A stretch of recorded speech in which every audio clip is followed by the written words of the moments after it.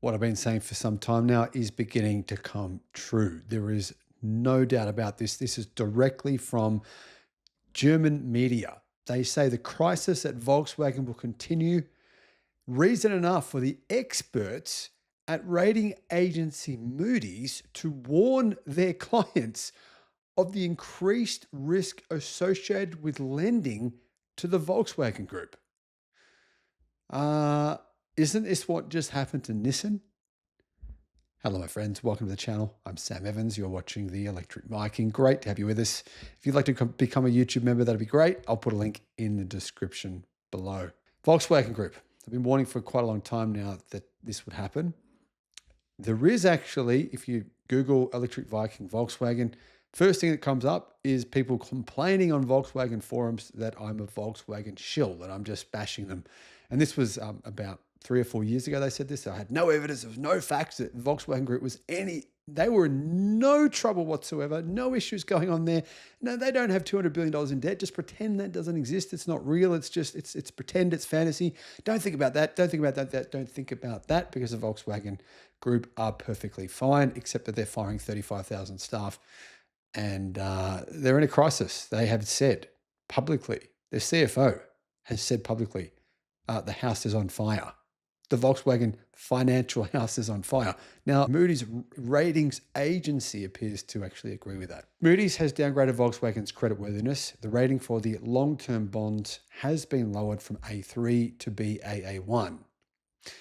This is, this sort of thing does happen for various companies, but not usually when you're one of the biggest companies on the planet. And it's true that the Volkswagen Group are nowhere near Nissan's junk status in terms of their ratings, but it is a slippery slope. And I think they're actually headed in that direction. The downgrade reflects the recent decline in the Wolfsburg-based automaker's profit per Spiegel business, in their profit margins collapsing, and their cash flow, the experts at Moody's explained. So they've come up with a reason. They've said, there is a reason for their downgrading. And it's basically what I've been saying for a while now. Their profits are continuing to fall, the cash flow is falling, and their future projections are not what the Volkswagen Group are telling us. The Volkswagen Group are telling us really ridiculous, fantastical fantasy stories. They're saying, oh, no, don't worry, we're going to sell 1 million more cars in China.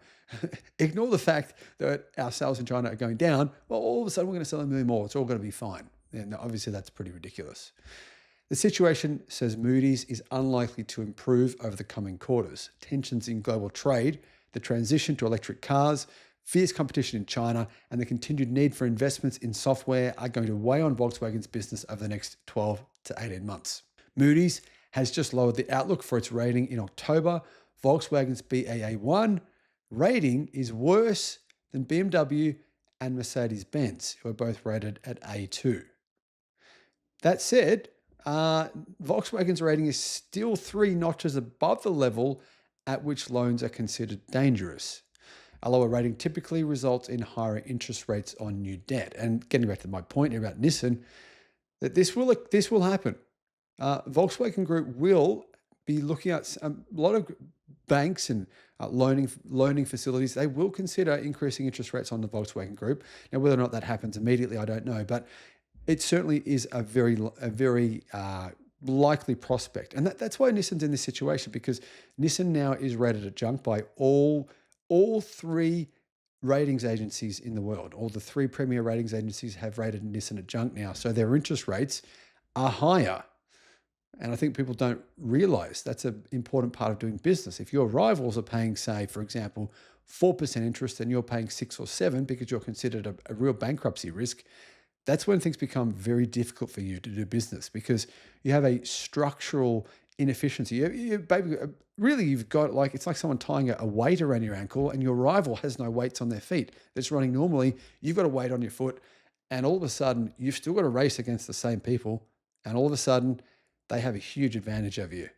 Now keep in mind, a lot of these Chinese car companies get financed at very low rates, extremely low rates, sometimes 0% interest. This is what the Volkswagen Group has to contend with. And I think in the long term, it's likely going to be an impossible task. Nissan CEO has run the company into the ground. This is what happens when you have a CEO who cares more about himself and his own personal public image than he does about his business succeeding. Honda demanded that Nissan CEO got fired. They said there would be no so-called merger or no acquisition of Nissan, no bailout, unless Nissan's CEO was put to pasture. And reportedly, the CEO will leave within the next 7 days. Hello, my friends. Welcome to the channel. I'm Sam Evans. You're watching the Electric Viking. Great to have you with us. Nissan's CEO has confirmed that unless somebody bails them out, the company will not be able to pay its bills. Its debt is rated at junk now by all four global ratings agencies, and the company is really on the precipice of complete and utter disaster, unless, as reports have claimed, Tesla bails them out. Now, I think that's highly unlikely.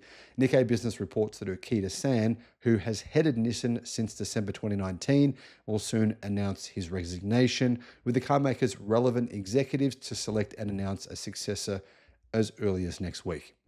We are approaching a time when personnel, including the top management, will undergo major changes, a Nissan insider has told the publication.